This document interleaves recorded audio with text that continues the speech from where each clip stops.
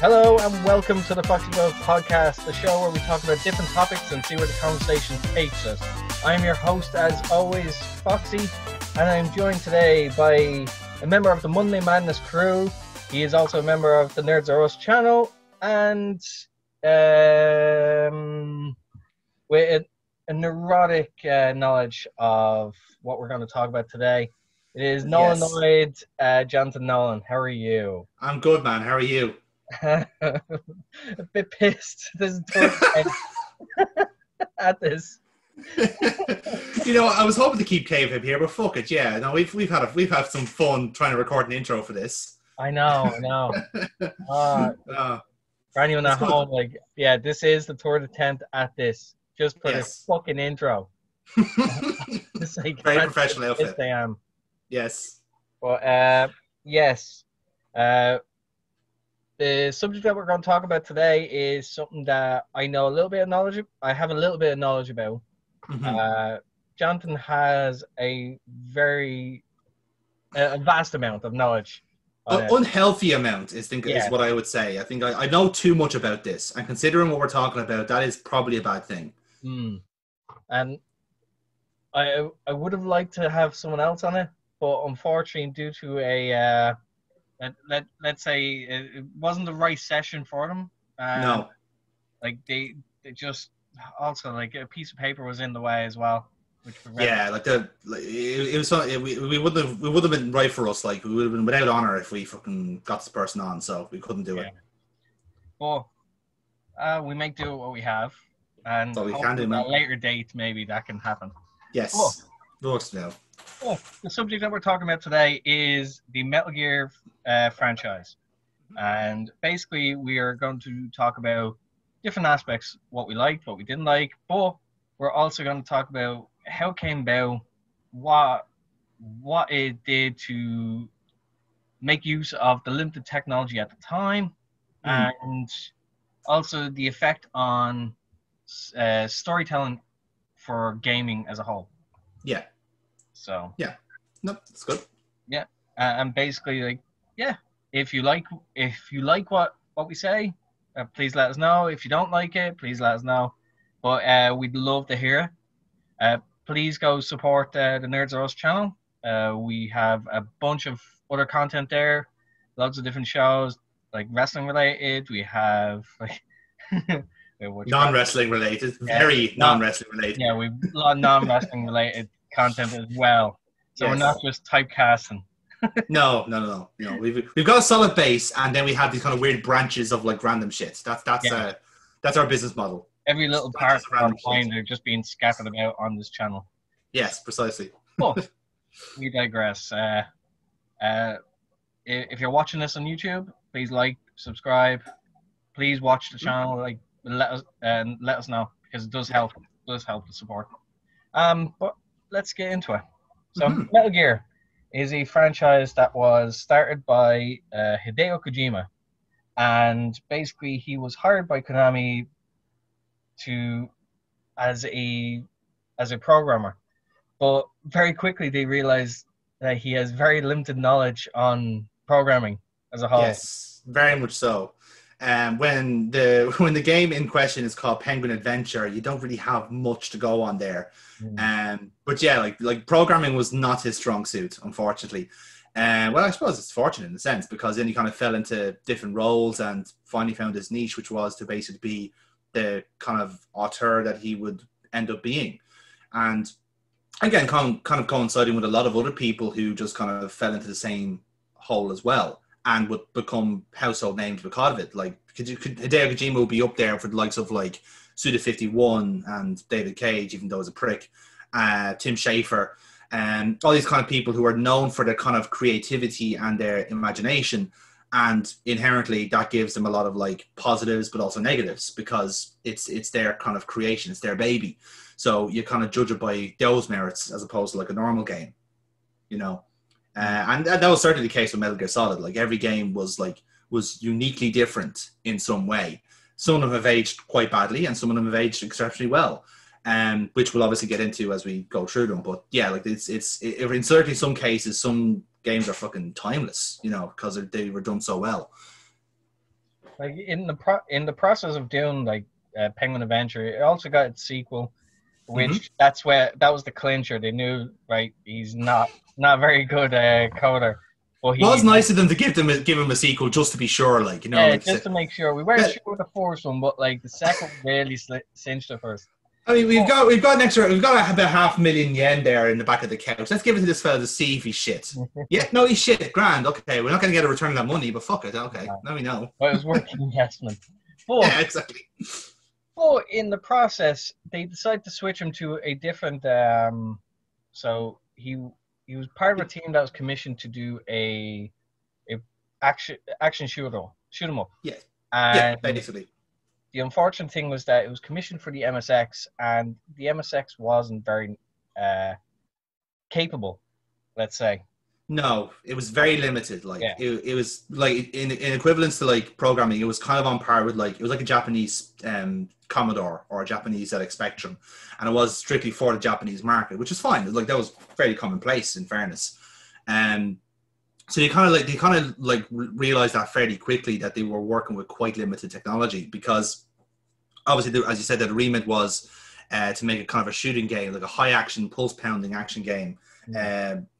That would basically like be like a stereotypical action game for most PCs. The trouble with that was though, when they were actually getting to the design part and making it all to putting it all together, they ran into the problem where the MSX could only render 4 bullets at once, which is a bit of a problem. I'll be in fairness, if you are going to go for what was basically like a shoot 'em up. Fast-paced shooter. Yeah. Yeah, exactly. So it was not going to work. It was just impossible to do it, and it was the biggest kind of like red flag they could have possibly gotten in that sense.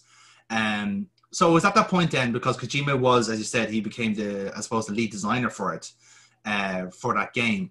And despite, as opposed to like trying to struggle through and trying to deliver what the mission statement was, he decided to flip it all on his head completely and basically say, instead of trying to confront these enemies and shoot back at them, dodge them, evade them, move around them, sneak past them, all this sort of stuff, which was a stroke of genius for the time because no one's going to ever think that.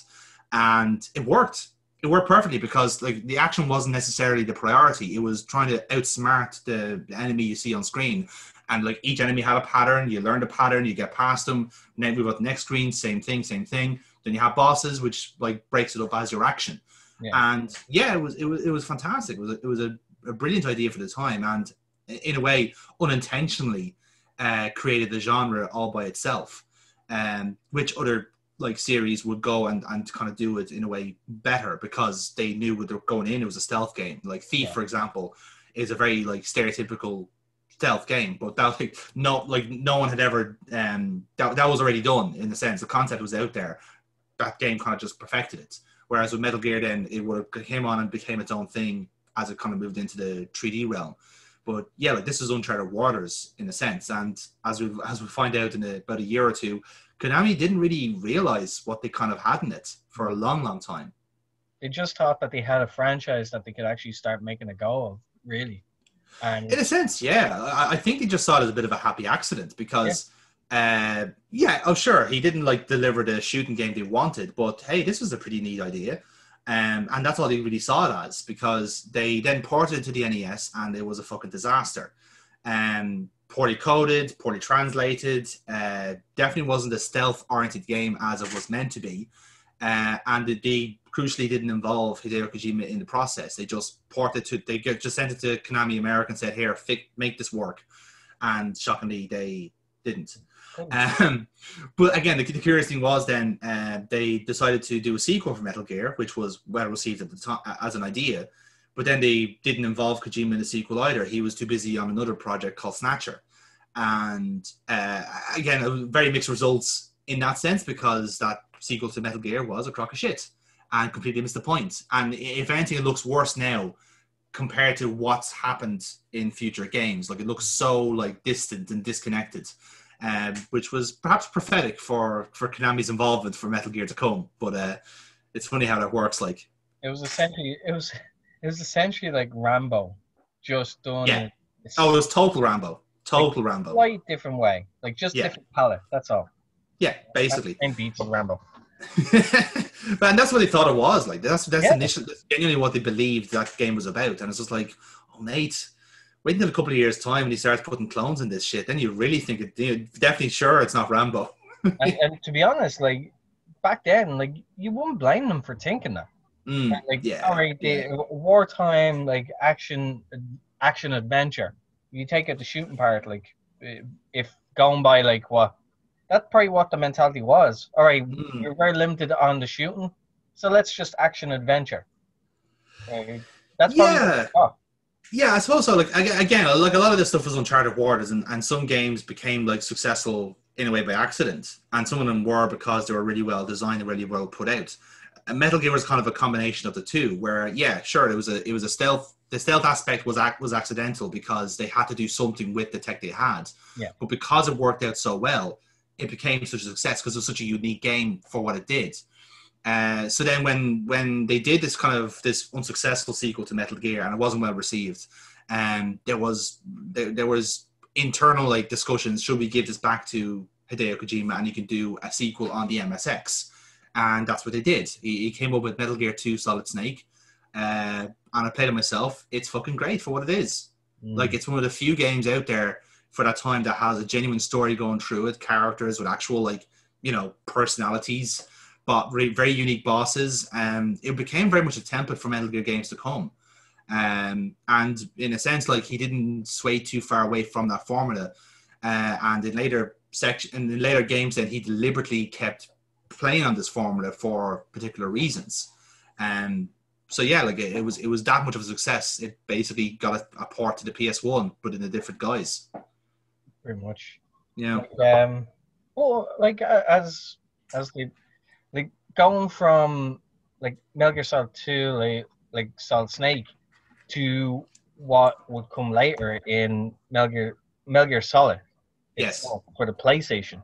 Like that was a drastically, but was one that Kojima was very adamant about taking, because as far as I believe, he was at a convention and heard about the capabilities of the PlayStation and what it could do, and just went on high alert for it because he knew this is something that's going to be very good for what I want to do, and the results like speak for itself because like it just. Going from that to Metal Gear Solid for the PlayStation is just a rapid departure in terms of like visual and storytelling, and it was just next level. It stood out on its own as if it was just the start of a franchise when people had forgotten about the previous games. Like that's how good this was. Oh yeah, like this is the first game when Metal Gear went global, and for very good reason. Like you could not, like there's no way you could keep this in Japan. Like this was huge. Like you could not possibly keep this within that. Like it's impossible. You'd only be biting your nose off if you did that. And yeah, like as you said, like it was such a, in a way, it's very comparable to like how Grand Theft Auto evolved from like being a 2D like top down to then suddenly like Grand Theft Auto 3. That's a huge step. And it's like, in a way, Metal Gear got there first because, like, going from what it was in the MSX to the PlayStation 1 with defined characters, a setting, a soundtrack, voice actors, animation, acting, writing, scripting, plot twists. Like, that's huge. Like, that is such a massive jump. But as you said, it's because Hideo Kojima had a vision for what this game could be, what games full stop could be. And in a way, that's been an ongoing theme of his work. Is that looking at the tech that he has, looking at the capabilities of what he has, and trying to deliver within those means. And in a way, Kojima, he has best work out of Kojima when his back is against the wall a little bit, and like he's working with something that's a little bit limited. So what he does then, he forces himself to think outside the box and do something with that, like he did with the MSX. He was working, like Snatcher was released on multiple consoles, and he worked on each like variation of them to make them different. And various other projects he did were deliberately different, like just tinkering with different things of those consoles, you know. And by and large, like that shows in his work because like a lot of the stuff has aged quite well because they were ahead of their time in a lot of respects. Especially like the first Metal Gear Solid, like on a story basis. Like, fuck me, that's a roller coaster ride. There's a lot of shit going on there. You know? And I mean, like what he did with the MSX, where he made use of the limited technology and found ways to almost innovate. Yeah. He did the exact same with the PlayStation in terms of like ways of getting a player involved and engrossed, not only through the story and the action and stealth that was involved, but at certain moments, like making use of the fight with Psycho Mantis. Yes. Psycho I Mantis was about to mention the that. character. Like, yeah. And for Um, ages, like people be like, I don't know what the fuck to do. Like nothing is yeah. explained, and then through the grapevine of your friends like that have played it, it's like yeah, you have to put the controller in the other controller port. It's like Yeah. who the fuck thinks of this? Or like basically giving you a part of the story on the CD case itself. Like Yeah. you're able to contact Meryl. It's like how do you contact her? No fucking clue. I love that one in particular because Yeah. that was a really like kind of like a very satirical form of copy protection. Because like when he was like in the age he was making games, so like copy protection was such a fucking huge deal. Like yeah, play games of that era, and you have to like before you play, you have to like what is this character's name, and you'll only know it if because in the manual that you bought the game with. That's the only way they got around it, or like whatever kind of serial code you got out, but some sort of shit like that. So in a way, doing something like that was like quite clever.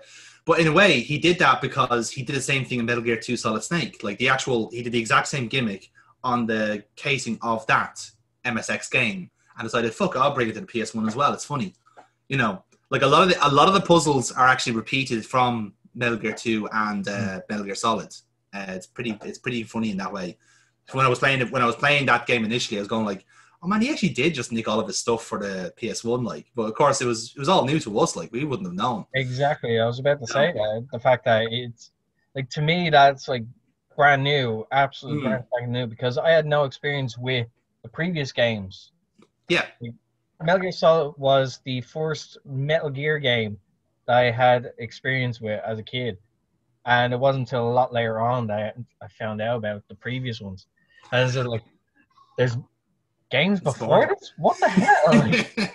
That was very similar to my experience because I was not that type of gamer when I was growing up. I was like I stayed in my lane, which was fucking racing games and Pokemon. That was it. I didn't play anything else because I had no fucking taste. And the gas thing was like I was gifted a case of like Gran Turismo, which is like grand. I have like the second one, but I've never played the first one. I'll play it eventually. And then like I opened the case up and it was like one of those kind of like blacked off discs. They weren't like marked or anyway. So it was like a copy of a disc. Yeah. And put it into the PlayStation and booted it up, and then suddenly the intro cutscene for Metal Gear Solid kicks up and said like, "This isn't the racing game," and this is different. in a way like very different. And the gas thing was I was fucking hooked from it. It just got my attention so quickly. Like it wasn't even funny because I legitimately spent like an hour just watching the briefing in the game because it just intrigued me so much, and I don't understand why. It was just the whole like the premise alone was like, oh, I'm actually quite interested in this, and then I worked up the courage to actually play it. And the really depressing thing about it was that I was going great guns for the day. I finally played it out and just like went for it and like bet Ocelot, bet Raven, was flying along, and then suddenly there's a section, the actual kind of section just before you meet Grey Fox. I was going through there and the game crashed. It was bugged from that point forward. I couldn't play the rest of it, and the second disc had a crack in it, so I was fucked either way. But like immediately, like my curiosity was there, so I had to like I went into deep dives. I started fucking looking into the series and going like, well, what happens? I need to know what happens next. And then eventually, I found the game and played it for myself, and it's like, yep, yeah, I'm okay with this now. I'm back on track with the series, and just immediately just kept fucking looking into it. Like I couldn't resist. Because like for me, like it was also a very very different game from the get-go because it didn't just come in your normal like PlayStation case. It actually came in these like double. The double case, yeah, the double sides, yeah. It was one of the first times I'd actually seen like there's more than one disc for the game. How big is this game? It's bizarre. It makes the game stand out so much more. Like it's like, but this game has two cases. It must be better. It must be bigger. Yeah, the kid logic is like, yeah, that's it. Means better. No, exactly. But in this case, it was that like, well, God damn, like it's like I just like remembering like going like because I'd watch my uncle play, I'd watch my friend play. Like I tried to play, failed miserably, but it was so fun watching it. Like this Yes. brand new thing, this new game style. Like you had to hide, you had clever like ways of I like your intro scene. Like you said, you watched the open briefing. Like I find that excellent to watch. Yeah. Like you Gets you in just the mood immediately. again, like it sets you apart, sets you into the scene, like almost seamlessly without having to loading screens. You Mm. basically give people the intro to your game, the premise, right there and then, but you're in there. Like there's no loading screen. You start straight away, Yeah. and the credits are still going while you're As you're doing the first level. Yeah, I love that. I love that. Because like I said, once you see the credits come up, you've actually made progress. It's like you moved up a little bit. Oh, here's the lead designers. Oh, you're hiding there. Well, here's the lead artists. once you get in the elevator, then credits come and he's stripping off his kit, Yeah. like, and then you're introduced to like Solid Snake, like the artwork Yeah. as well. Oh, yeah. It's unbelievable. But see, that was the start of it. Like, that was the start of, like, seeing games as something else. Because, like, it's very well documented that Hideo Kojima is a movie nut. And when I mean movie nut, he literally based all of his work on movies. People have spoken the guy like works neurotically. Like he's a workaholic. Like he's a 16-hour work guy. But like in those 16 hours, he apparently watches 2 movies a day, which is absurd. To like watch the movies and then go back into like doing the actual like work on whatever game he's doing. Now, granted, in the early days, it really, really shows. Snatcher is quite literally a cross between Blade Runner and Terminator, which is brilliant, and I thoroughly recommend watching it. Watch the Sega CD version because it's got better soundtrack, better colors, and voice acting, which is great. Maybe one for like game galleries down there. It's on my list. It is in the hat because it's well worthy of it. I'll put my vote in for that. Like, yeah. Police Knots is literally Lethal Weapon in space. And that is as awesome as I can make it sound. Like the 2 characters are literally fucking Mel Gibson and Donnie Glover. It's fucking great. And like some of his other projects are based off stuff he just genuinely loves. Like Zone of the Enders, which I've just recently played, is a great fucking like quick, sudden 4-hour play of a game. And it's all about mecha. It's literally just like a fan fiction of Neon Evangelion. Like I'm not even joking about that. I think it actually is. I was going to say that because like when Metal Gear came out, people were introduced to it, but like Kojima also used it as a way to shed a light on other projects that he had done or been involved in. Oh, he was the best show for himself. Like that was something else. Like very done though, like because he advertised on the Enders. He did it for a couple of other things in the process as well in the game. And we start to really see that come when they made the leap to PlayStation 2, which was Sons of Liberty. And I mean, like, I know I'm jumping. It's like that's fine. Oh, like it's very hard not like Metal Gear Solid and Sons of Liberty are the 2 games that I was really attached to, as opposed to anything else that'll come after. I mean, goddamn, like you just see when you're looking at just the 2 of them, like the leap in terms of like not only the technology but like Kojima's like ability to actually expand on a story and then really blow it out of proportion is like very prevalent. Like I think like Sons of Liberty I think is thematically the best game he's done. And this is going to sound quite odd because like if you look at the games like Snake Eater for me is pound for pound the best game you can get in the Metal Gear series. And then with like some of the later entries like the Phantom Pain is just such a complex game to unpack. Like there's still people talking about it now about how like where does the illusion end and where does reality start, you know? But with Sons of Liberty, that game is aged so incredibly well because Hideo really understood the themes going in. Like he made it like a point of saying like, well, the theme of like Metal Gear Solid is gene and like whatever goes through with that. So that's why there's a lot of cloning and like genetic therapy and genetic this, and Naomi Hunter talking about fucking nanomachines for an hour. A lot of that. In Sons of Liberty, it's about meme, which again, people like it's like the way with language are thinking, oh, it's just full of pepes. No, that's not how it works. What he meant by that was that the story for Sons of Liberty is deliberately very, very similar to Metal Gear Solid, and that's a parody of what he did for Metal Gear Solid itself, ripping off Solid Snake. Yeah. And again, he deliberately did it, and he drew attention to it then at the end of the game when like this weird altered reality starts kicking in for Raiden, and even then like that was a shocker in of itself because he tricked a lot of fans back then. It was a big cop out because like huge. I remember the advertisements for like they specifically advertised that it'd be Solid Snake in the tanker. Yeah, and that didn't happen. Like we were greeted instantly by Raiden, like this random guy. But the amount of effort put into the trailer to make it look fake, because like there were sections in that game in the trailer that never actually made it to cut. Like they were never put in the game. I remember there's one set piece where he's like running like away from like a massive torrent of water because obviously the tanker is going down. Yeah. And I think there's even a section in one of them where he's on like the Verrazano Bridge, and like just none of that actually happens. I think there's a snapshot where he's fighting the helicopter on the Verrazano Bridge. Doesn't happen. None of that is in the game, and like he did that deliberately to throw off the people that are going to be playing it, because it was part of his theme. He wanted to like get Snake out of the player role and outside of it, because ultimately in Sons of Liberty the story is happening around Raiden but not necessarily with him, if you know what I mean. He's got his own shit going on, but the actual overarching, the actual power play is around him, which is when like Metal Gear really starts building its layers then, where there's actually stories upon stories upon stories. And that's kind of what sets it apart in terms of a game series, because no other game series dares to be that complicated and tries to make it work. Because like after a while, you really do lose the players, you know, that kind of way. Yeah.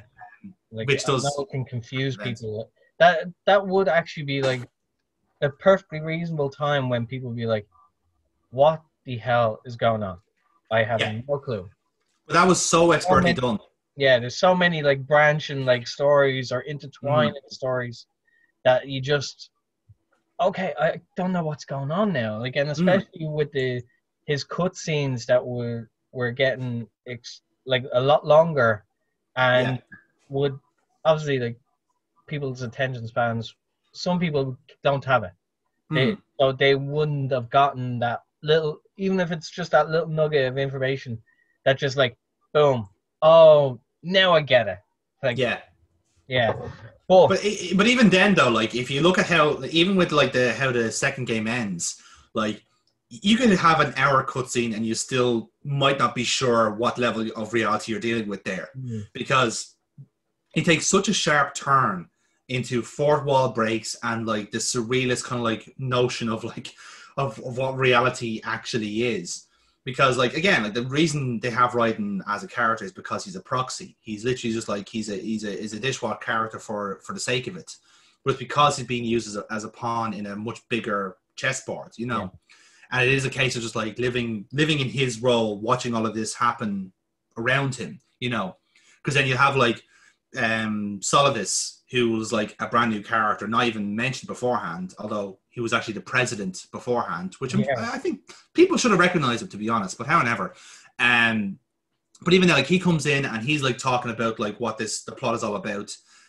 Snake then tells you what the plot is all about, and like that doesn't ring true. Then Ocelot tells you what the plot is all about, and then the fucking AI that you've been talking to all this time actually tells you what the plot is all about. And it's just like there's all so many contradictions, but it's all part of the ongoing theme, which is in a way how valuable truth actually is, you know. And again, it's a very like topical thing now, because like the stuff about like controlling agendas and controlling like the internet and controlling fake news and all this sort of stuff has actually come to pass. And this was stuff being talked about in what, 2002, 2003? So for Sons of Liberty, it was 2002.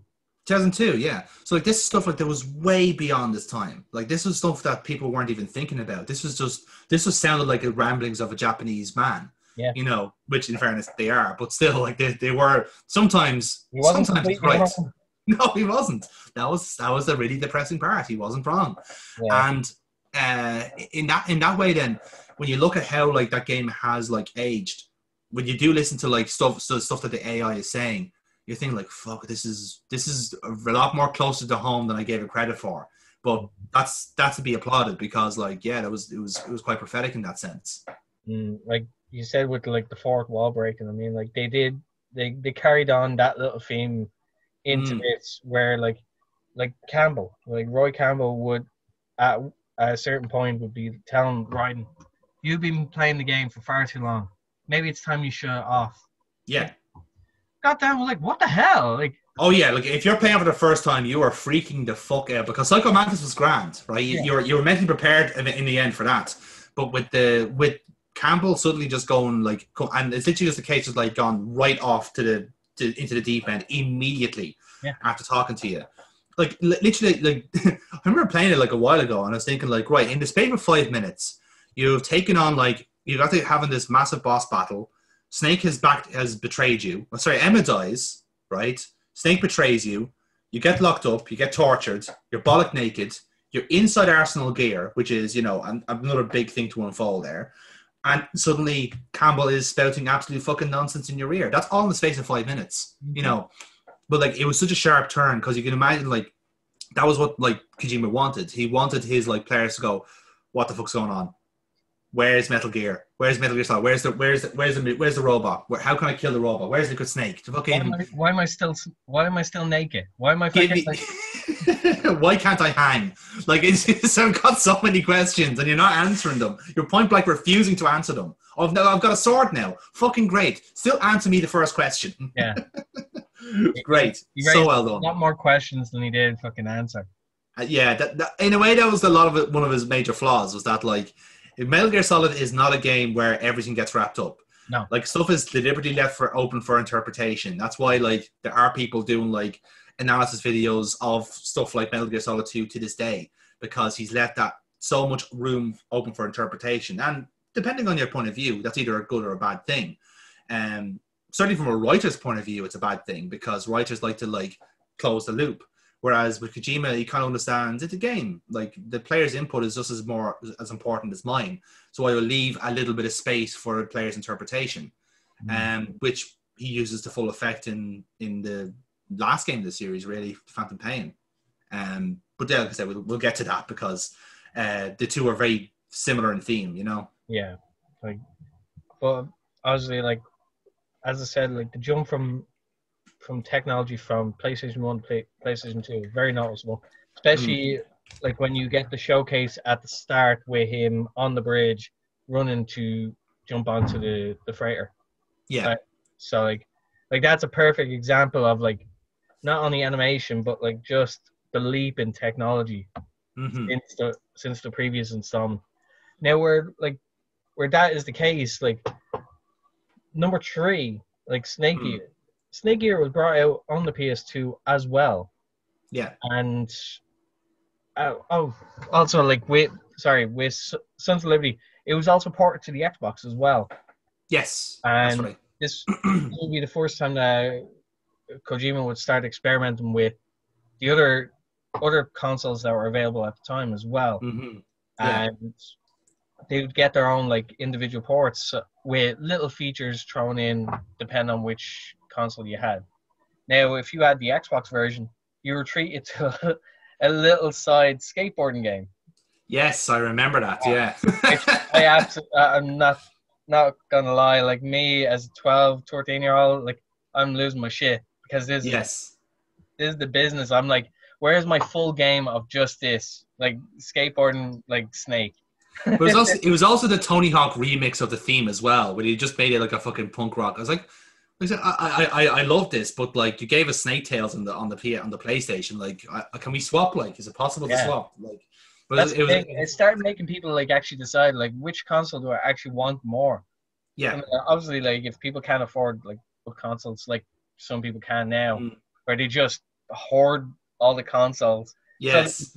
like I'm in the mood for Metal Gear, but what console? Flip a coin. There we go. GameCube. Go for this. Cool. We got it. Yeah. Well, yeah, like that was a good example of it. And then eventually we would get obviously like Metal Gear Solid 3, Snake Hmm. Eater, which had started to build their own engine from the ground up in order Yes. to better portray real-time weather and night and day, Mm. and the fact that you could be injured and have to adapt on the fly, and would also raise a couple of like in jokes as well that you can Yes. play like perfectly abuse in the process. Oh yeah, like the sheer amount of depth in that game is absolutely incredible. Like for again for what it's worth, like a game like done like on the PS4 or indeed PS5 now, like I don't think you could even reach that type of depth because you have to make things so much obvious for people. Whereas with Kojima, he was kind of challenging you to find this stuff, you know, which is actually often the case in most of his games. Like even in something like Snatcher, which is a text-based game on the Sega CD or wherever else you're playing it as, like the man is writing blocks of fucking text for no reason, but he's writing them because one person might find it, or two people, or three people, whatever it is, because he knows how players work. Players naturally want to dig in and strike oil. You know, that's what they want to do. And in Snake Eater, it kind of takes that to full effect, where you have all these brand new mechanics to play with. You know, you have your hunger mechanic, you've got like your medic, you've got your camouflage, you've got weapons, you've got like disassembled weapons, you have environmental stuff you can interact with, you know, and all these kind of weird, quirky items that he started to do. Like he always had like a cardboard box or like a magazine, but now you could do stuff like a crocodile hat, which is bizarre. Or if you or in the intro cutscene, if you admit to liking Metal Gear Solid 2, he just gives you a free Mask of Raiden just to piss you off, or to piss people off who didn't like Raiden. But even then, like it was all this sort of stuff, like I'm only like sharing some examples here, but like you have two guards two guys guarding a bridge, right? If you look around using the first person view, you'll notice there's a hornet's nest right above them. So you can do the traditional thing, which is to shoot them both, and they both like either die or tranquilize, whichever you're using, or you can shoot the hornet's nest down, and then the bees do the business for you, and then you can pick up the honey, which is genius as well. or you can give them rotten food. You can give guards rotten food, and they'll pick it up and they'll go, "Oh, that's nice," and then they start shitting themselves uncontrollably. Just stuff like that is just like it only exists in his mind. Because then, like you can imagine him having to have the conversation with this pure fatigued intern during crunch time, going, "Trust me on this. We'll need to have like broken rations. That's very, very important. We'll need like food to go off, or even some weird ones like mushrooms. There's bioluminescent mushrooms, right? And if you talk to paramedic, this is one of my favorite ones. If you talk to the paramedic about these bioluminescent mushrooms, she like talks about it, and then she jokingly says it'll charge you your batteries because she's trying to take the piss out of you. Like Snake in this one is far more naive than he was in the first few games because you know he's only starting off and he's big. It's Big Boss on his first mission basically, so he's completely naive, completely out of the loop. So he takes paramedic on his word and eats the mushrooms, and it charges his batteries. And you call her back then and goes like, "Hey, that worked." It's like, what worked? It's like, eating those mushrooms, they charge my batteries. It's like, did they now? That's good. And you can hear him off the background going, he's fucking lost it. He is completely lost it. Can we pull the mission? He's going insane. Just stuff like that. But like everything about that game is absolutely brilliant. Like everything about it. Like there's very few things I can kind of pick holes with there. It is such a wonderful fucking experience from start to finish, and I can't recommend it enough. In a way, it's the best like game to start off Metal Gear wise because it's the first canonically or chronologically, I should say, and you can go from there. And I thoroughly recommend it. Like you'll actually be bought. You'll be bought in immediately from the intro, which is such an aping of a James Bond introduction, and it keeps that theme throughout. It constantly pays homage to the likes of the spy games of not necessarily spy games, the spy movie, the likes of a James Bond, but Like Oh the yeah, like it's like, again, it's very close to what Kojima does normally, and it's like it works very close to the source material, and it doesn't deviate from that. You know. I will admit that like he did go a bit overboard with the longest ladder climb in history of games. Like I don't know if you remember the big long tunnel that The you ladder. yeah, the ladder. Oh, brilliant. So It's a full like 5 to 8 minutes that was so of good. climbing. It's just Yeah, like but it was a palate cleanser. It was like this is part two of the game. Like yeah, this is you're into like act three. this is And your it's just so well transition to done. the next act. Mm. But There's just so many things I love. Like the end sniper battle. Like by far, in my opinion, the best boss battle ever created in video games. And I don't think it's ever going to be touched. I it's don't see any other game doing that. again this plays into like what I was saying about the where people can abuse like Kojima's sense of humor, but also you can tell that he's like challenging people to do this Yes. because it didn't register with people for a while. It's like, Mm-hmm. oh, for anyone that's listening or Yeah. watching, basically in this fight you can choose to have a sniper battle with the Mm-hmm. end. Now the end is like very very old, He's but over 100 years, yeah, and he's powered by the sun. it seems that way. Yes. But if for those that like actually like had a strange sense of humor, if you do adjust the clock Mm-hmm. on your PS2 or whoever you're playing it, you adjust the clock on the console and then reboot it up and you go up, you can find that he has died of natural causes. He has died of old age, and He's you died can of old age. bypass that fight Yes. altogether. It's so clever. Like I can't Yeah. like who There's thinks another of that? one like there's another part like about an hour or two before that battle where you'll see the end in a wheelchair. Now you don't know at the time who this person is. You just see him like he's not even in the cutscene technically. He's just kind of like you just see the top of his head. Yeah, But on a playback, you'll know. Oh, hey, that's the end. Shit, he is in this game, right? And then immediately like a player will go like, "Can I kill him now?"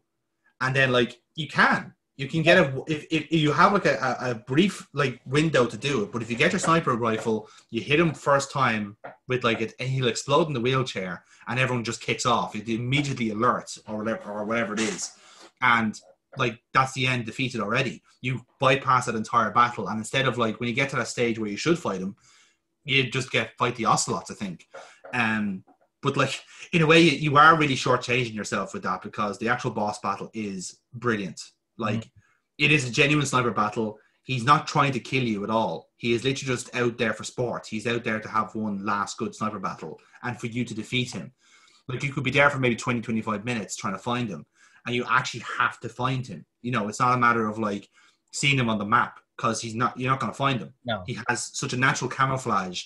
You have to track him. You have to monitor him. You have to listen for him. All this sort of stuff. And he has a parrot, which is his guide. So when you hear the parrot chirping, you know he's close by. And sometimes, like you can see his footsteps in the grass or whatever it is, and you follow them and you see where he's gone. Or sometimes when you're looking around, you'll see the glint of his sniper rifle and go, "Fuck, there he is," and then get him before he shoots you. yeah, Just small stuff like that is absolutely brilliant. And the gas thing is, there's no music, there's only like the ambient noise because again, you're listening out for this sniper and his parrot friends, and you can kill the parrot, and he's completely unsighted, and he has to come out of hiding more often to get you. You know, you can fucking eat his parrot, and it'll haunt you later on. Like you can do stuff like this. It's so fucking, it's amazing. It's amazing what you can do in this game. again, it just plays into like Kojima's like weird sense of humor as well, Yeah, and challenging people to actually find these things. that's And exactly what it is. Yeah. it's just like, but you're not gonna know unless someone tells you. Like Mm. it'll only be like the really dedicated ones that actually figure these out, Yeah. or there was like a few little things that weren't like released until like Jesus a couple of years later. It's like, oh yeah, if you did this, like you could have gotten this. Like what? So people Mm. actually run off to like try and see is he like messing? Nope, Yes. he fully like had that there ready to go. It's like, and no one knew. So that tells you how clever he is with his hidden treats, so to speak. Yeah, like that's how he got achieved depth in his game. But like I said, like he achieved the depth in two ways, which was to have like a really fun experience and to do wacky comedy shit like that. But at the same time, then have all these incredible stories and characters happening in the background, where like yes, you do have overarching stories in perhaps the first and second game, but because Snake Eater is the first in the chain, it is the ground zero, if you will, of everything that comes on afterwards. You see how like the memes from like the first two games developed, like the Cobra unit, which was these like highly gimmicked, highly supernatural in a way, soldiers with all these unique like fighting styles. Like you have someone who's like literally full of hornets, which is wrong. Someone who thinks he's a spider, which is wrong. You have someone who is a pyromaniac. You have a guy who's a psychic, a medium, undead, whatever you want to call him. And then you have the leader, which is like this is the person that you have to defeat to the end in the end. And like you see that carry on then to Foxhound, where you had Vulcan Raven and Decoy Octopus and Cypher Wolf. Then it carries on to Dead Cell, which you had Fortune and Vamp. And then it carries on to further on, Beauty and the Beasts were more the same. And it just kept that same meme all along. But because the Cobra unit were the first in the chain and they stood out so uniquely, in a setting where it's like in the 60s, so there's no genetic manipulation going on here. These are literally a collection of freaks. Yeah. And they all happen to fight in a war and become really good friends from it, in a way. And like that's literally, it's essentially their backstory. It's such a bizarre thing, but then you can tell how that inspired future generations, if you like, further on to like collect all these freaks, put them into like a mercenary unit, and there's your bosses. You know, kind of way. And not only do that, but like also use to experiment with different, not only like with the viruses that were available, but also their abilities and how do we replicate that in later generations. Yeah, exactly. Like, yeah, I certainly had certain kind of archetypes, if you will. Like, again, that was very prevalent with 1 and 2, because like Dead Cell was deliberately meant to mimic Foxhound. You know, so you had Vamp, who's like this kind of weird, like enigmatic character. So I suppose he's like a Mantis analog. Whereas, well, actually, no, sorry, Fortune is the Mantis analog because you can't hit her. And then Vamp was kind of like I suppose like a mixture of Vulcan Raven, because you kind of encounter him a couple of times. There's a Decoy Octopus involved in there as well. So like there were like actual like comparisons between each of the bosses, and like that was like deliberately done. But as you said, like the fact that like the Cobra unit was like the precursor, and everyone just kind of copied from that. But again, it was necessary, you know. I mean, like obviously, like now that would be like PS2, but we wouldn't get another Metal Gear game, like proper canonical like Metal Gear game, until like PlayStation 3, which it was funny because I think at the time Kojima wanted it to end with Snake Eater. Like he saw it as a high point of the series and wanted to end it there. But the problem with that is like you can't end it there. Because you've done a game with Big Boss as opposed to Solid Snake, who like I know you just started off his own kind of like narrative as well. Because just to be clear, the two like prominent characters in the series, protagonists, if you will, is Solid Snake and Big Boss. Big Boss is considered to be the greatest soldier who's ever lived in the canon of Metal Gear Solid, and that he is kind of like his existence is essentially a plot point in Metal Gear Solid 1, where Liquid Snake, who's Solid's evil twin brother, and you know that because he's got a British accent, and essentially he's trying to get Big Boss to remains. That's the whole plot of Metal Gear Solid. Solid Snake is his genetic son, or genetic clone, if you will, and was taken from his DNA. So he's like more or less the same character as Big Boss, but they split in two very different ways. Like Snake kind of like stayed like more or less the way he was and developed in one way, whereas Big Boss was this kind of like was a very well trained soldier in his own right, but then one thing happens in his life that traumatizes him for the rest of his existence, which was to kill his mentor, which was the boss. this maternal figure that goes beyond a mother figure. Like, it's not a motherly figure, it's not a lover, it's not a friend, it's more than that. Like they couldn't actually explain how close they were, just that they were inseparable, you know, the kind of way. They just had this unique relationship. And because with what happened in that game, essentially the first mission that he was on was a massive fuck up. She defected to the KGB, and Volgan, who was the general that, in the KGB, basically drops a nuclear bomb when he wasn't meant to. Not part of the script at all. So the CIA had planted the boss to basically to try and basically acquire something called the Philosopher's Legacy, massive amount of wealth, basically. CIA wanted to take advantage of that because 100 years ago, they lumped in with the Chinese and the Russians to make this massive vault of money and funds and properties and all this shit. And the CIA said, right, we want that now. Because the Russians were doing the same thing. So in a way, like, that didn't go according to plan. So Naked Snake, as he was known at that time, his remit then was to basically take down the Cobra unit, take down the boss, and acquire the legacy, and kill Volgan, and kill Metal Gear, and all this other shit. Yeah. And ultimately, that's what he did. He achieved his mission, and in doing so, surpassed the boss in technical skill and became Big Boss. And he just disappeared from view. So you can see where Kojima, he thought that was a natural end to the story, but to fans and the players, they're going like, fella, you've just opened up another box here. Like, yeah, you basically start off something altogether.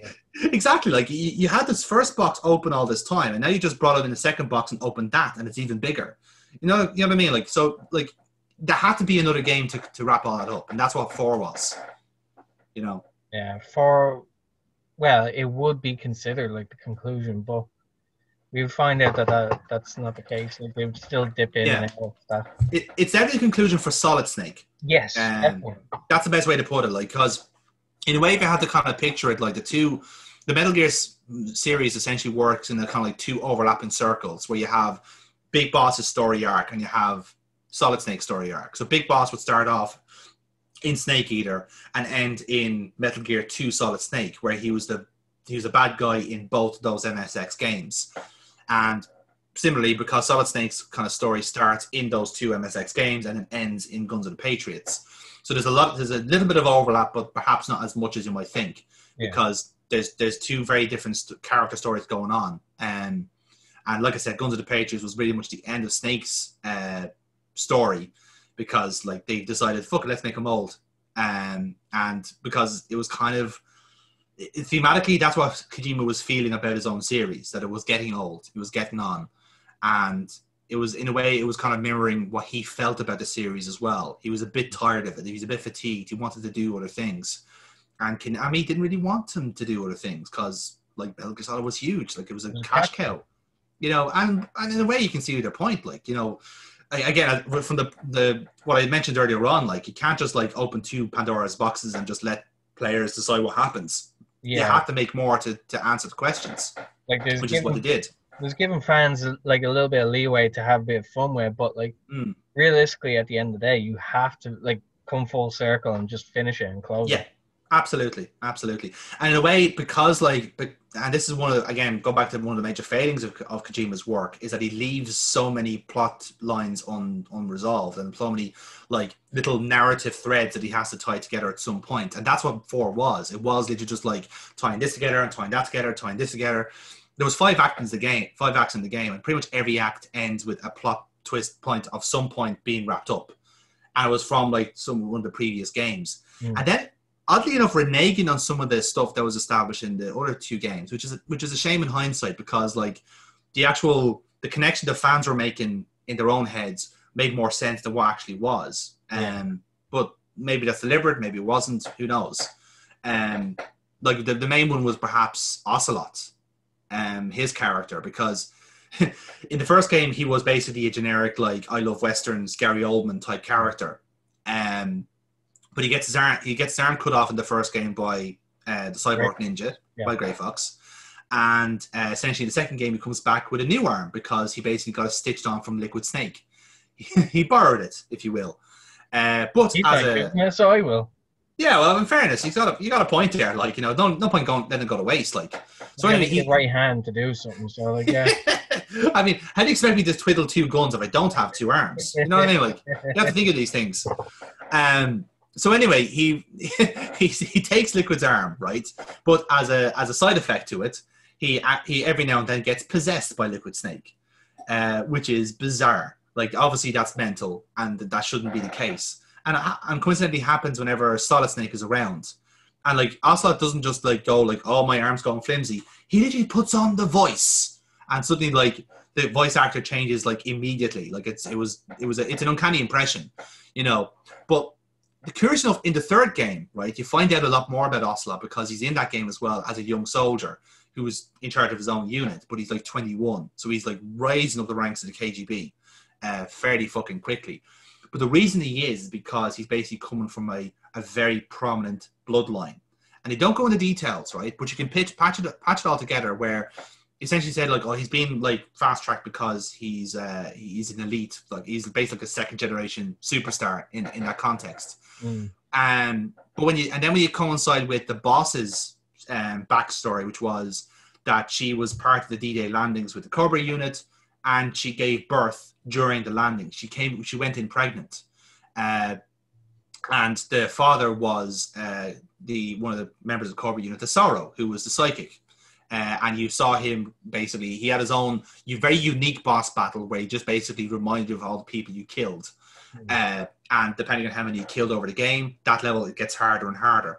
And includes the animals now as well, by the way. But funny enough, then. So the baby is born on D-Day, and basically the baby is whisked away. It just goes away, and we don't know what happened to it. But it is pretty obvious that Ocelot is meant to be that baby. Yeah. So you're thinking, okay, so you have like Legendary Soldier on one side, powerful psychic medium on the other, and then you're thinking that's why he's being possessed by Liquid Snake. He's because he has like this latent psychic ability he never knew he had, but now suddenly it's been activated. But in the 4th game, they just go, no, nanomachines. He's been able to psych himself into it. It's like psychotherapy and like all and this stuff.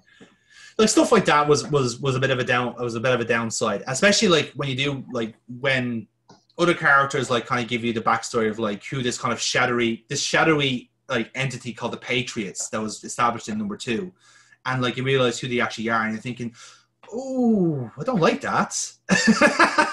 I was hoping for something a lot cooler, but that was a whole kind of, in a way, that was a whole cut and thrust of the series, was that like there actually wasn't that much of a dark, sinister plot. A lot of the stuff happened by accident, and we're now dealing with it. You know, like in fairness, it's basically the franchise in general is basically like a TV show or a really good movie series that you followed, and it's just like it's been built up for so long that no matter what happens, you're not going to be completely satisfied with the end.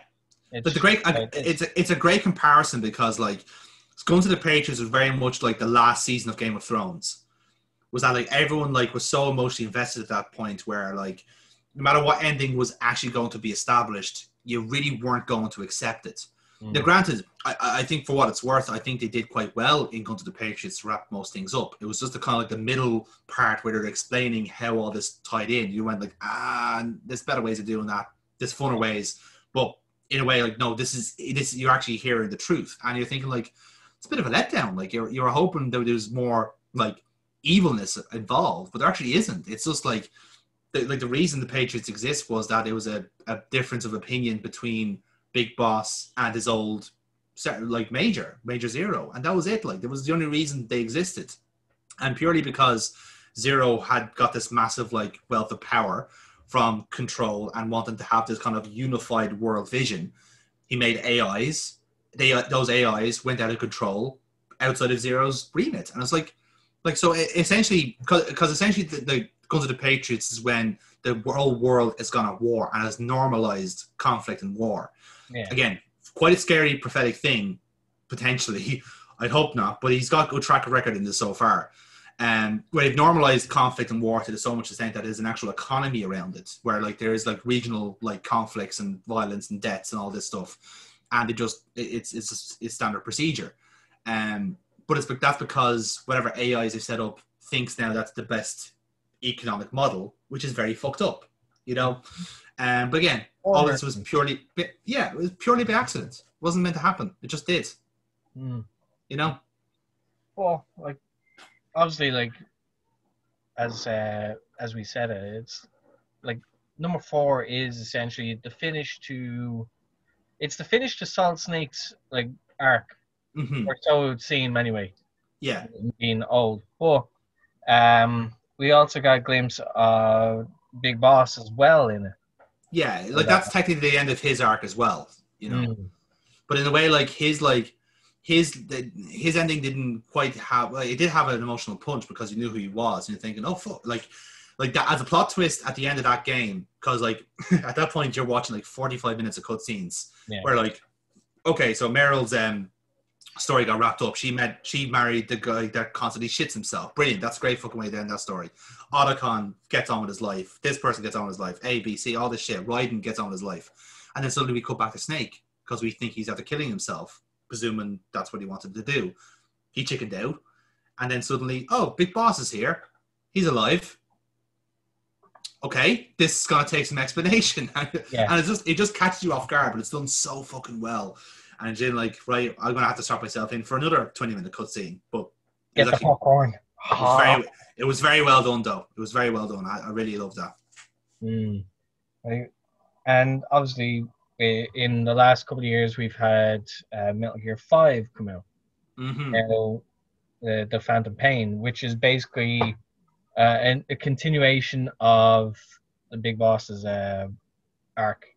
Yeah. So essentially, it just seems that like Kojima likes doing that, where he'll progress in one and then he'll revert to something else to kind of progress that.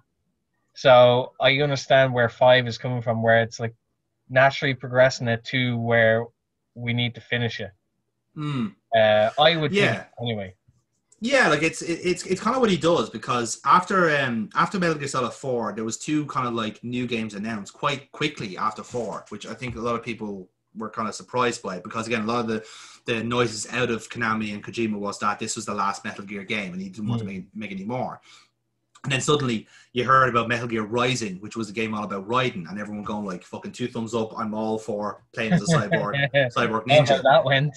Oh, it's fucking great. I loved it. I loved Rising. But then the other game, curious enough, was Peace Walker, which was a PSP exclusive. Very, very odd one. But the reason it was because they had already put out a PSP game called Portable Ops, which was relatively well received. It's like semi-canon, so I didn't really want to mention it because like some of the stuff is iffy on it, you know. Yeah. But Peace Walker is almost certainly canon. It is a sequel to Snake Eater, and again keeps that theme as well. Curiously enough, it's like it's almost the experiment for like what Wood 5 would become gameplay wise, because it did things very differently in terms of the mechanics. So in like Snake Eater and Guns of the Patriots, you had like a certain like fixed camera behind you. You had your rations, you had your items, all this stuff, whatever it is. But in Peace Walker, a lot of it was more free flowing, was more in real time. So if you wanted to change weapon or item, you did it like there and then, with like the stuff still happening around you. So you didn't have this kind of weird suddenly pause moment. Everything's frozen. If you're changing an item, you're doing it as this thing is hitting you. You know, that kind of way. Yeah. And various kind of small tweaks and changes like that, but the controls were very much tightened up, and the fact that it was from the PSP was a bit peculiar, but it had its reasons.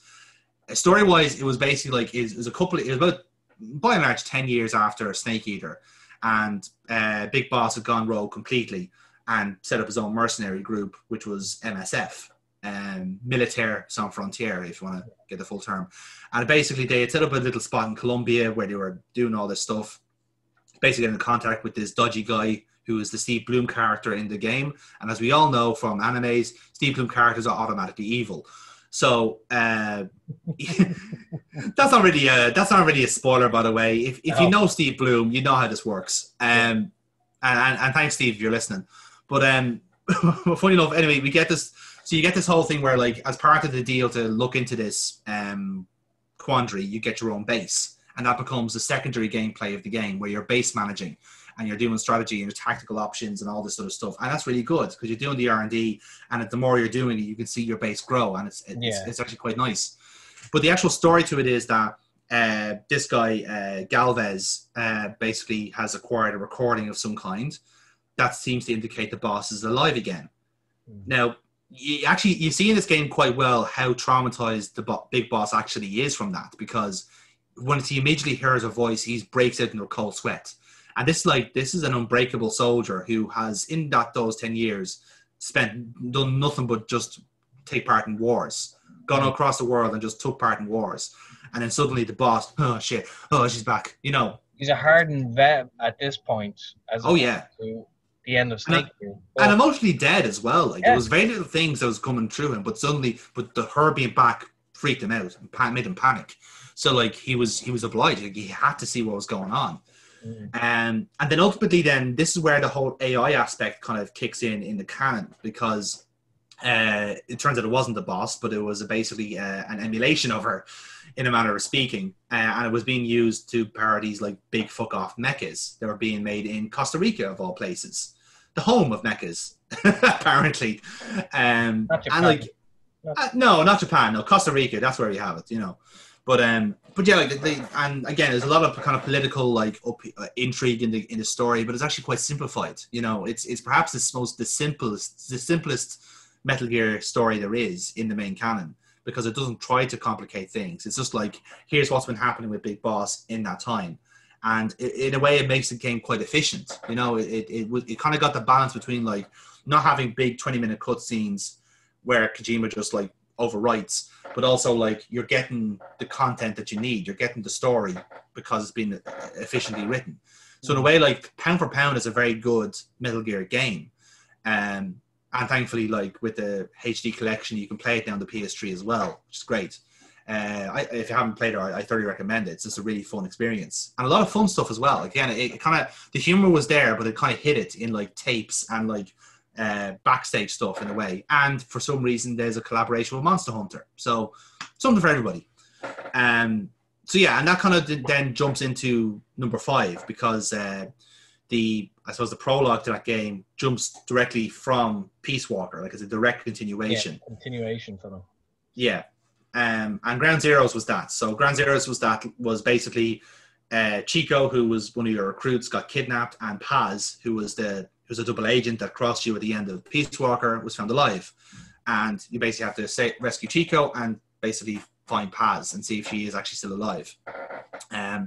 But it turns out that whole like operation was a trick, and when you come back, your mother base has been destroyed by this shadowy organization called XOF, which, as you see, is the opposite of Fox. You see, it's very clever, very clever. And that basically just sets you off then for the Phantom Pain, which is perhaps one of the most complicated games ever created, in more than one way. You know,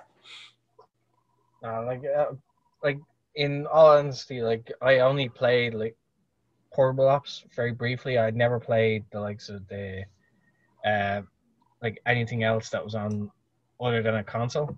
Like Portable Ops was the only one, and I know it was like a card-based one. That's Acids. Acid is the card-based one, yeah. Yeah. Acid.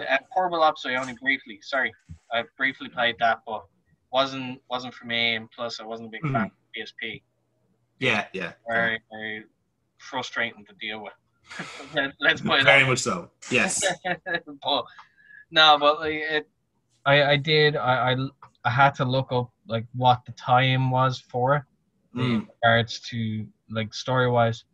So that's how I knew that like Portable Ops and that would tie into Phantom Pain. Yeah. That's why I knew it was like a continuation of Big Boss's story. But yeah, like I do like the fact that it does go back and forwards a little bit. It does throw you off because you're expecting a continuation of one thing, but you're actually getting something else.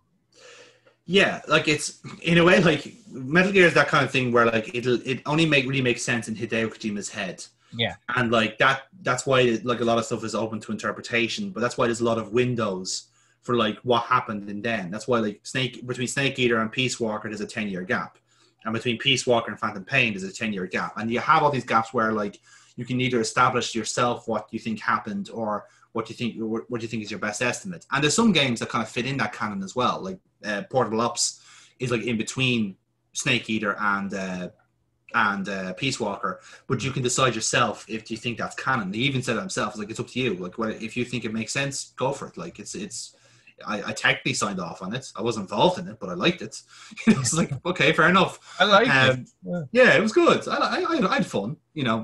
It's that sort of stuff. But certainly with Phantom Pain, this was very much a Hideo Kojima game. Because again, PS4, PC, Xbox, he had like the current gen tech in his hands, and he wanted to do as much as he can with it. And the way what he did was he just made such a massive, like, convoluted game. And it's a bit of a criticism in that sense, but like, it's convoluted because there wasn't really a solid resolution out of it. And curiously enough, I think that's kind of what he meant to do as well. I'm one of the few people who believe that like Kojima deliberately made it incomplete. Who completed in a way, like when he finished the game, it was deliberately incomplete. But don't get me wrong, Konami did interfere with it as well. But I think like there was some parts where he deliberately did it to fuck with the players, and particularly with the hardcore fans, because again, he knows his fan base, he knows his players absurdly well, so he knows that there's going to be certain things that's going to bother hardcore fans. And even he said himself, like, he was trying to get mainstream gamers to play Metal Gear Solid, which is why he changed the gameplay up so much. That's why he made it an open world game. In a way, he made it quite a generic game, gameplay wise, because there was such a distinctive like way of playing Metal Gear compared to everything else. Now suddenly Metal Gear had seen how Far Cry had done stealth, or Hitman, or Dark Souls even, how it had done its open world stuff, and said, okay, let's copy that and integrate everything. It did. The gameplay is fucking amazing. It's by far the best game to play in the series. But in a way, it kind of spites everything else, which was, again, I think, a bit deliberate. Like, one thing that, like, now years ago I would have thought about it, but obviously now, like, knowing with the history of the games as well and how they're done, I used to think that like this would lend itself perfectly to being a movie, but then realize, yeah, you've basically made the film with each game.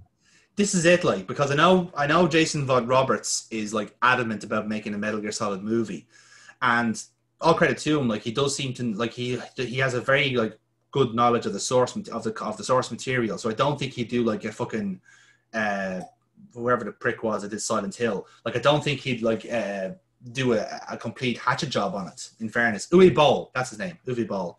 I trust him that he'd be able to do that. The trouble is, though, if he's doing something like Shadow Moses, how are you going to fit that into a 2-hour movie? What do you cut? What do you keep? And it's the same thing with like Snake Eater. How good luck keeping that to a 2-hour fucking cut, because you're gonna miss on something, because there's so much shit happening. And likewise with most of them, like you'd have to, in a way, you'd have to make a very unique, almost like an original Metal Gear story, and then tell it that way.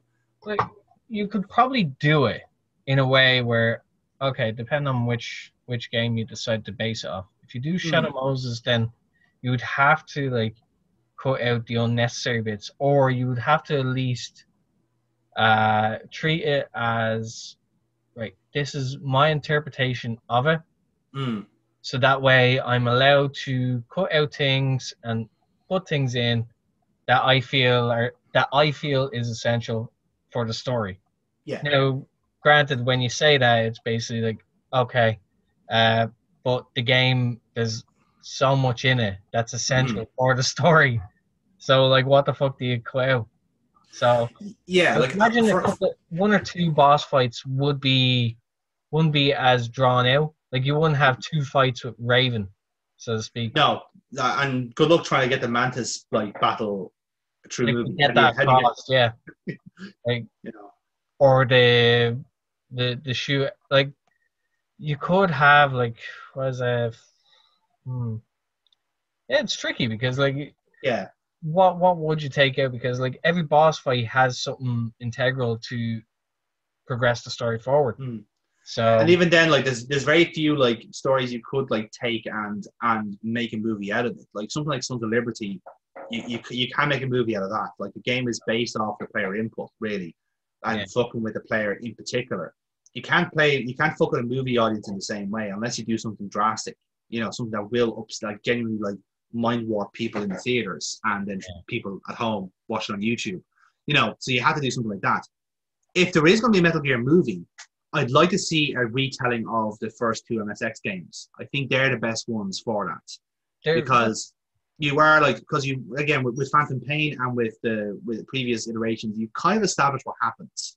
But in a way, like, you haven't officially, in a game context, done what happens. So that's a good leverage for a movie to say, and again, like, in a way, that's a quite simple concept. It's like, inexperienced like Foxhound agents, infiltrates massive base, shithousery happens, weird chicanery happens, evil boss, done. It's a very simple action movie, but because it's Metal Gear, you have the leverage to add layers to it and make it unique. The problem is, though, is making it unique, because as you learn from like other Metal Gear projects that don't involve Hideo Kojima, the uniqueness is what they miss out on. You know, that's what he adds to it. So you certainly have to be part of the thought process on it. You know? It definitely plays into what I said earlier, the fact that he's what he lacks in being like a coder, he made up for later down the line in regards to his creativity for how a story could come out.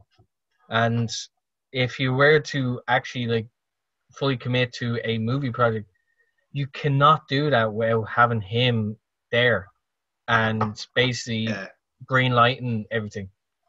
Because yes, you may have your own like idea about how film could, and those original two would actually lend themselves to being films, like being able to be made as films.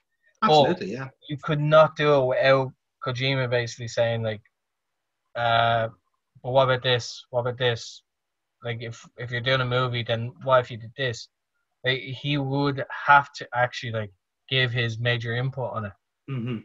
That's the thing, like, because like the real canon of the series is in his head, and he's not going to tell anybody else. No, that's the whole reason he exists, essentially, is to go like, oh yeah, this happened, I'll make a game about it. It's like, what do you mean this happens? It's like everyone's like fan fictions have to be rewritten now, for fuck's sake. But that's it. Like, that's the way he does things. And again, it goes back to the Phantom Pain, because a lot of it is about like what is real and what isn't. You know, it's a play on what happened with the second game, but it's in reverse. So like, because you can, in a way, you can do that, a lot of that complexity in a game. You can't do it in the movie. So you do have to pick your battles in what you can tell.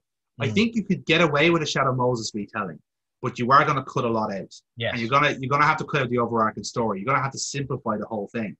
But with the original two, you don't have to simplify anything. It's already simple as it is. You know, if anything, that means you're kind of like going from the bottom and working your way up, as opposed to breaking something down. You know, pretty much. So yeah, I'd say if there is going to be a movie, I'm not one to watch a Metal Gear movie. I don't think I really enjoy it as much as I would, because I'd be going like, especially it would hurt more because it hasn't happened. You'd be looking at a critical eye because it's something that you've been invested in for many years. Exactly, and I think for this game series more than most, like, it caters to people, to obsessives. It caters to people looking for details and learning about the backstory of the most obscure characters. You know, because that's the way Kojima operates. He is in the same way. He's in the same ilk of like, oh well, here's this entire backstory. This person was born in fucking Boston when he was 6, he got hit by a car, or whatever the fuck it is. Like, you know, it doesn't matter. It has nothing to do with this story. It's like, oh, this is just box text. That's it. You know, but that's the way he operates. So obviously, like, because like you basically played like the majority of the games that are out there, but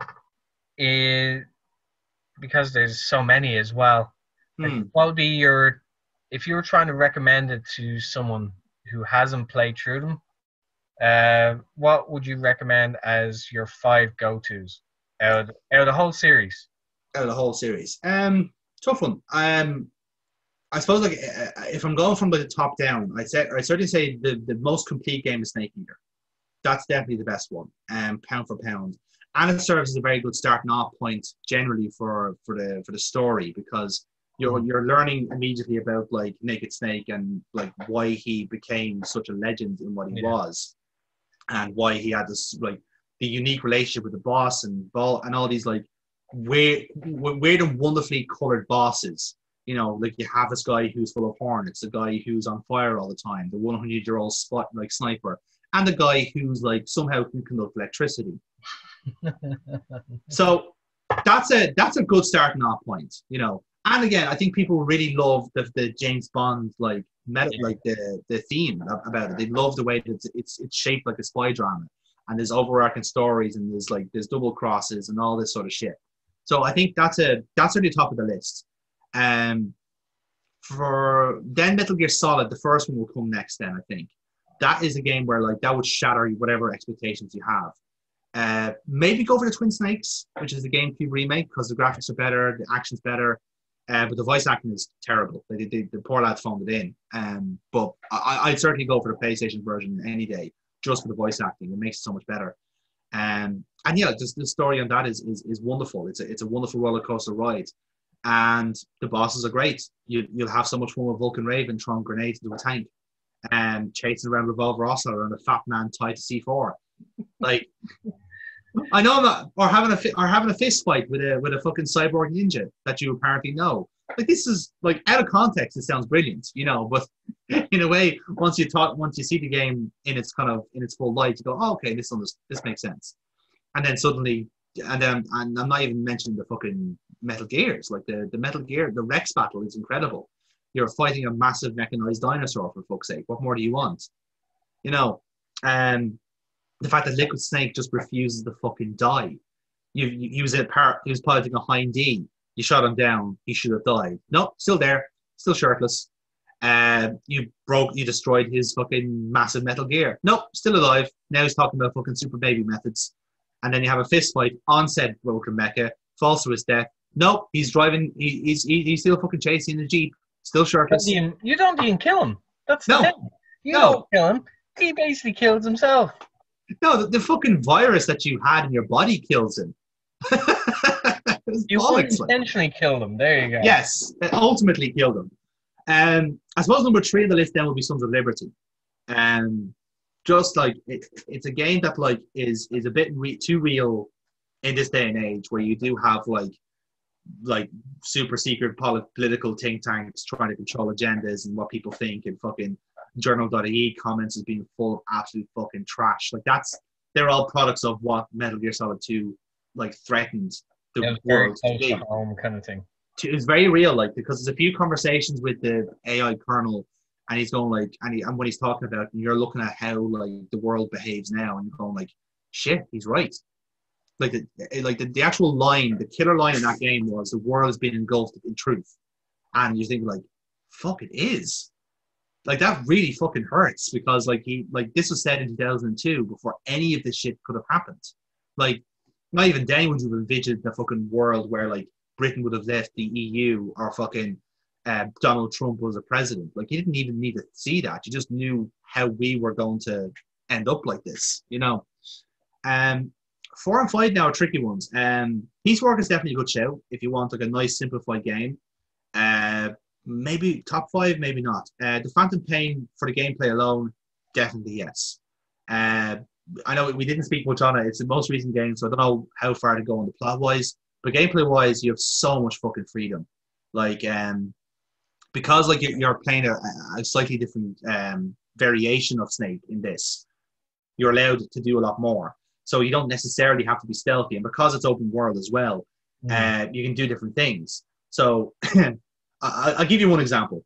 Because it's open world, you can get these kind of buddies to help you out, and one of them is a horse, one of them is a dog, one of them is a thirdly naked sniper who's synthetic. Don't worry about that part. Either way, all those people have their advantages. Like, obviously the sniper will kill off people that you need. The dog will sniff out everywhere and scout the place for you, and he's a very good boy for doing so. The horse is the funniest one though, right? So your horse buddy, right? If you build up enough of a bond with the animal, okay, and you have this for all your support buddies, his special skill is shitting on command, right? And I will say one thing: because they didn't actually touch on it in the preamble, but like they changed the voice actor from David Hayter to Kiefer Sutherland. And there's nothing more threatening than hearing Kiefer Sutherland whisper into a horse's ear, "Do it." And he just shits on command, right? Now, you might be wondering, what is the advantage of having a horse shit on command? But here's why, right? You have a lot of roads and paths in the game. You're either playing in Afghanistan or Africa. So in Afghanistan, for example, you have a lot of jeeps going past, a lot of trucks, armored vehicles driving past. It doesn't flip it, does it? It spins the jeep out of control. It slips on the horse shit. So the jeep spins out of control. Everyone's woozy, and you can just swoop in and take the whole lot. Oh, for God's sake! That is fucking brilliant, right? Better yet, right? That's just the stuff that Kojima like put in as a joke. Instead, he just gives you creative freedom. Like I am the last kind of stealth mission in the game where you have to infiltrate this massive fucking XOF fortress where like there's people everywhere. No matter what time of day you pick to start this, you're going to be full of soldiers and you're going to be like, it's going to be a bullet storm when you get caught. So you could be like me and you're going like, oh, I am enjoying the stealth, but like the target's way over there. I've been here like half an hour and I've still got no progress. And then look to my right and there's an armored vehicle. Unattended. Right, so fucking vomit into the armored vehicle, fucking drive all the way to the front entrance and just smash my way fucking through. So that's the actual creative freedom you have to complete the missions is brilliant. You could infiltrate something. You could sneak in and acquire everything and rescue all the people, or you can ask your helicopter to come in, to provide arm support while playing Take On Me. And there's nothing more satisfying than watching two Gatling guns going da da da da da da da da da da da da da da. Or in the PC version, you have your choice of music as well. You can add whatever you want.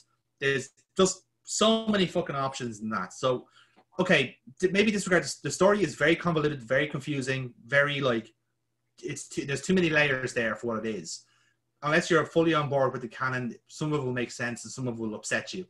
Otherwise, play the game for a bit of fun because it is actually enjoyable in that sense, doing like the missions and stealth and just going like doing stealth and then going bollocks at this. Just get the fucking rocket launcher out and just see what happens. Like it's great. I'm bored. Yes. Number 5 actually is going to be a surprising one, and I played it recently, and it's surprisingly gameplay wise one of the better Metal Gear games. It's the Game Boy port of Metal Gear Solid, and that's commonly known as Ghost Babel. And it's not an actual adaptation of Shadow Moses per se, but it's a very similar story. So it's like set in Africa instead of Alaska. It's still Solid Snake. It's still Roy Campbell, still Mei Ling, but there's no Liquid Snake. There's no Foxhound or anything like that. It's a different mercenary group. They basically join forces with a liberation front for a small country. It's very similar to Zanzibar Land from Metal Gear 2. Very similar. And it has a lot of connotations to the original Metal Gear game because, coincidentally, the area that they've liberated is Outer Heaven, or at least it was. So there's a lot of little hat tips to the first game. The gameplay is amazing for the Game Boy. The Game Boy Color. You can do stealth. You can you can do the once around. Like you've got puddles. You walk past them, it'll make noise. Like in the first game, like in the PlayStation game, you can lean against walls and knock on them, which is just incredible to do on tech like that.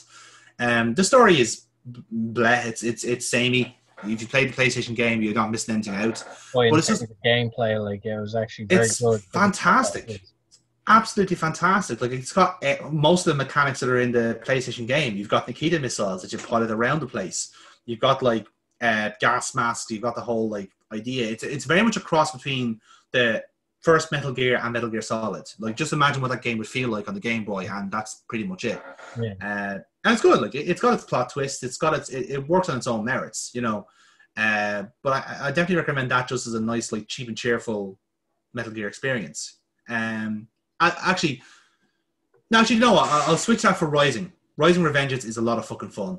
It's just like, just forget about the story, forget about the whole bullshit with the snakes. This is Raiden's time to cut shit into pieces. And you will enjoy cutting shit into pieces. A lot. You really will. You'll be shocked how quickly you get into that sort of thing. Yeah. I was shocked. Every angle like that you Yeah. can. Oh, this can happen. It's crazy.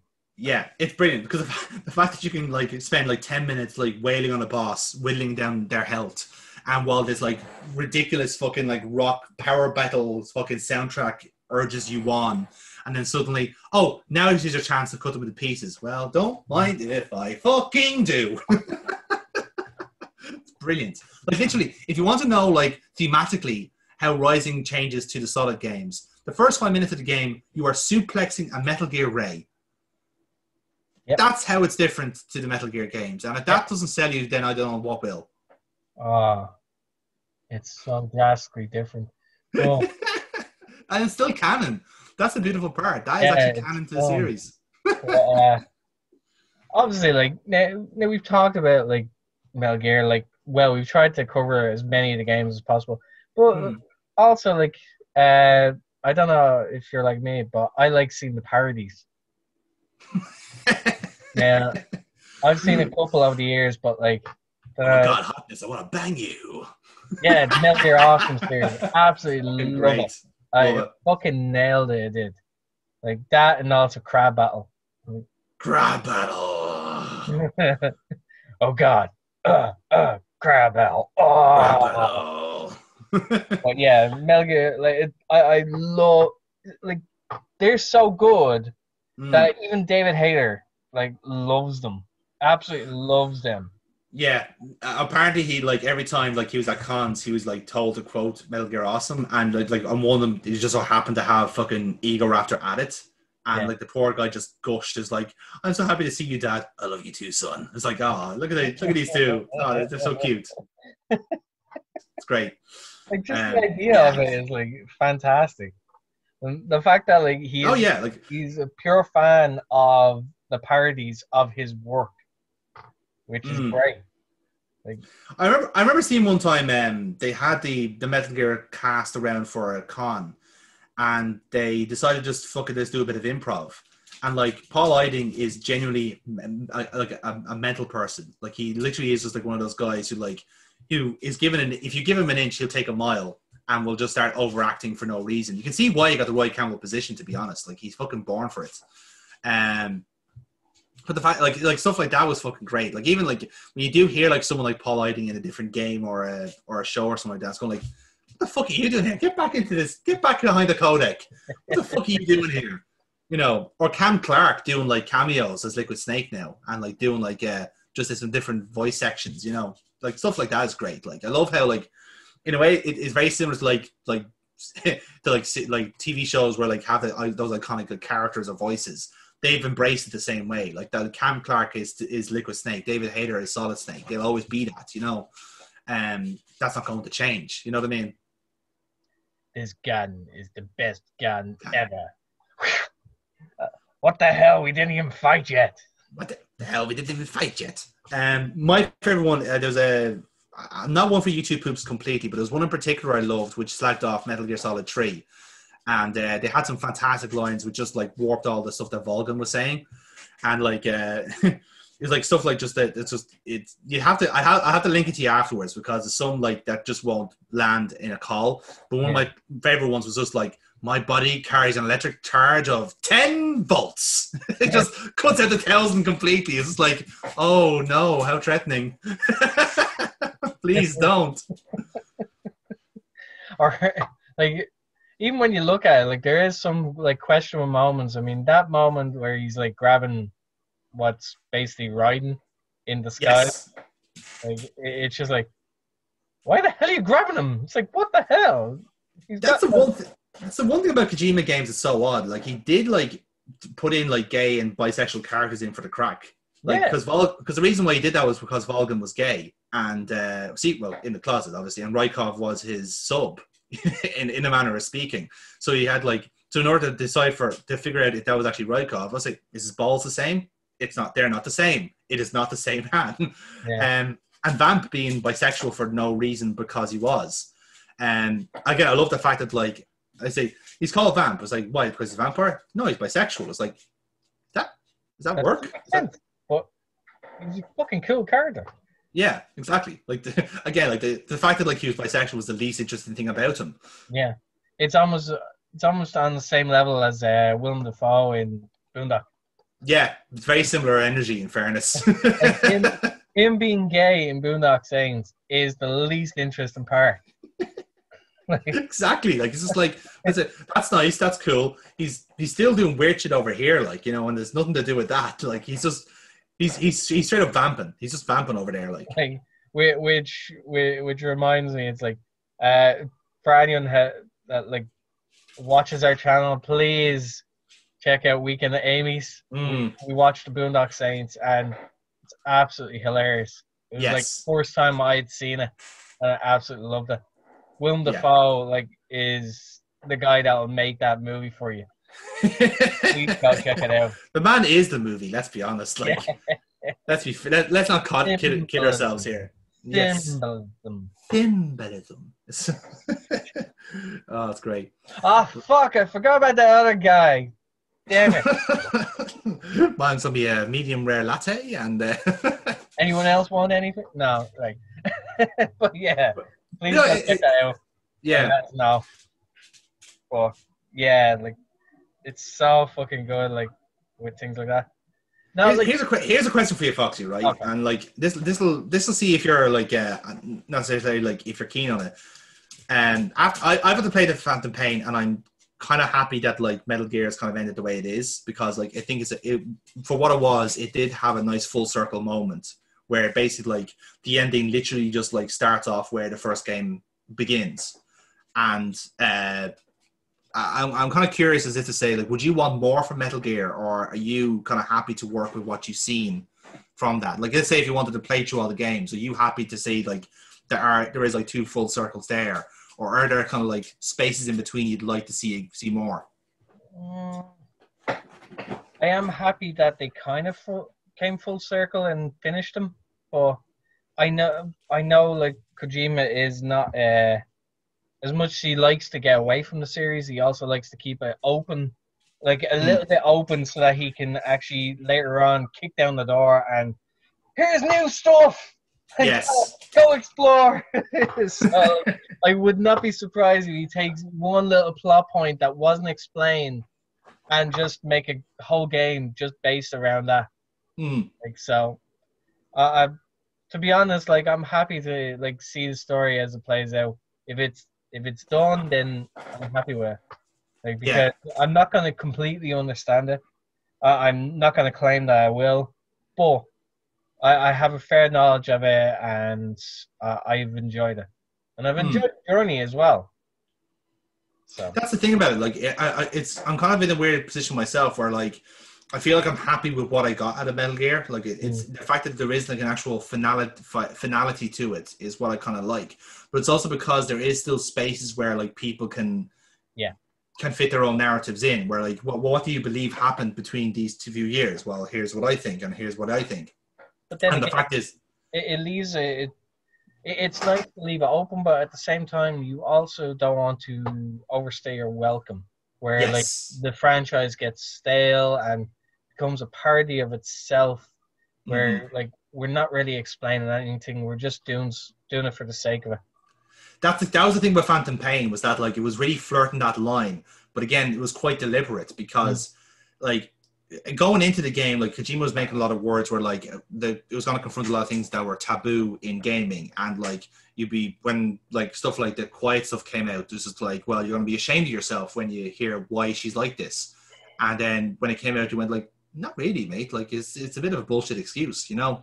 But again, I think a lot of that was kind of like deliberate. Was that like it want to make you feel that Metal Gear had jumped the shark, because that relationship that Kojima had with the Herbs of Konami was completely gone. So in a way, he wanted to kind of raise the earth afterwards, with in terms of the Metal Gear stuff. So like stuff was deliberately left incomplete. Stuff was left like unanswered for us to either like keep going back to and like keep talking about it and keep bringing it up, or better yet, just to like go like, well, no, it's up to you now, you know, because that's essentially what the ending of Metal Gear of the Phantom Pain was basically like Kojima handing over to the player saying, you are the heroes, Metal Gears is yours now, I'm done with it, I'm finished.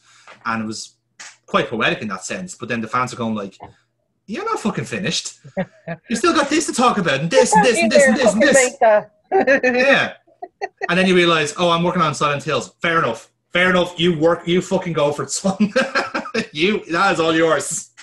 Yeah, like to be honest, like once you heard that, like he was getting involved with a franchise that had proven Mm, to be very, very good in their own right in storytelling, yes. you knew, right, that's gonna be good. But obviously, we didn't fucking get that. Not Um, yet. Not yet. I not think it's yet, so coming. they say. So they Mm, say. I But think it's coming.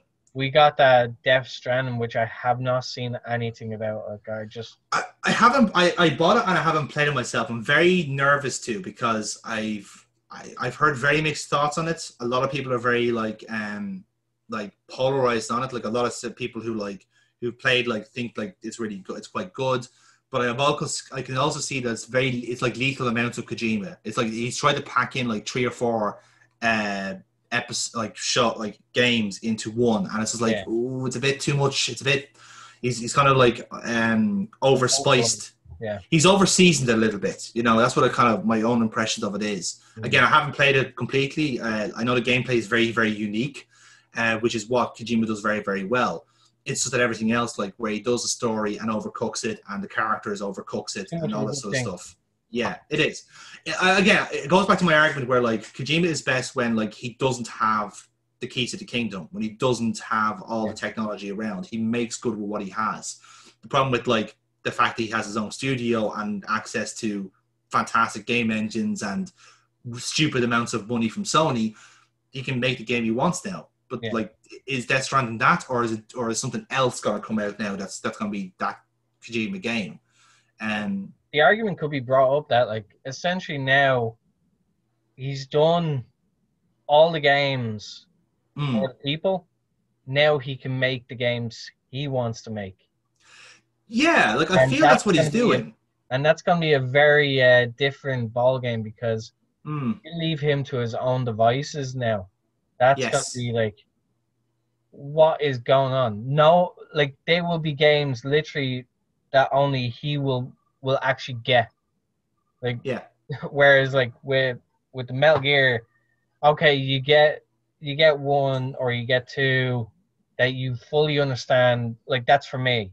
Mm. But these are definitely going to be for him in that sense. Yeah, definitely. Like as much as like as much as Kojima might not like this to hear this, like his thing has always been defined about his career has always been defined about the Metal Gear games he's been in. So like whatever he's feeling at the time, whatever movies he's absorbed, whatever TV shows he's liked at the time, have always trickled into his work, and that's not going to change. Like Metal Gear, like the Phantom Pain was very themed off Fight Club, and another movie I can't remember of the A Beautiful Mind. So like those two things were very, very central to what he was doing with that. But it was also stuff like Breaking Bad. He was a big fan of it at the time. So the relationship between Miller and Big Boss, you can kind of see where that came from as well. But if you go further back on, then like obviously Snake Eater was literally James Bond. The whole thing was based off fucking Escape from New York, for Christ's sake. You know, so like it's still relevant to the source material.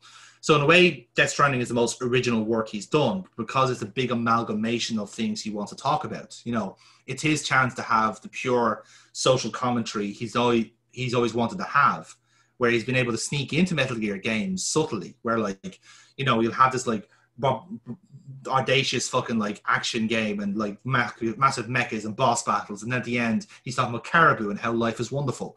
You know, it's weird, but that's what he does. This is how he jumps in his little life lessons. You know, now that you have a game where he can do all of that, and the whole theme is about how he feels about the world, then that's going to be very polarizing because people will either love that or they'll hate it because they think it's a bit too much, a bit preachy, a bit sanctimonious. You know, who knows?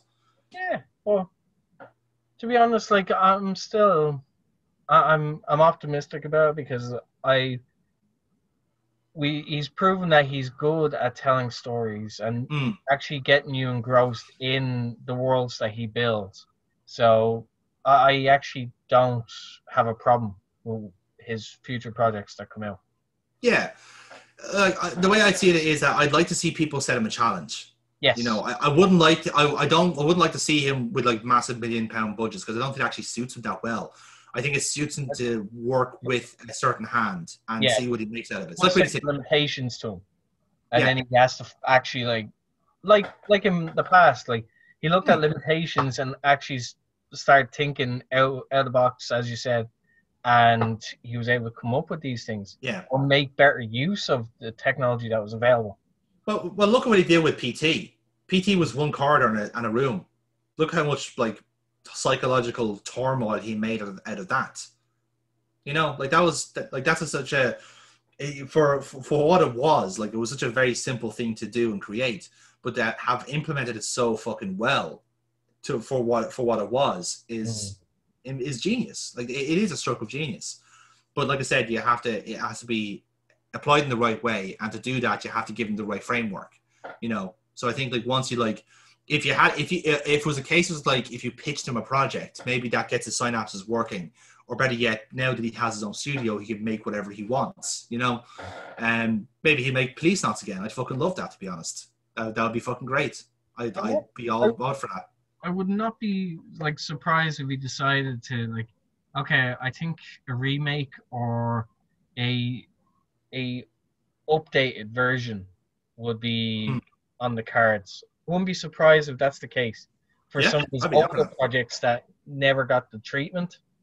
Hmm. If you get me, but again, like it's definitely it's definitely gonna be interesting over the next few years what he comes up with or who Yeah, he aligns himself with for these projects. like a lot of signs are that his next game is going to be horror, and it's if it's not going to be Silent Hill, it's going to be something very very similar to it.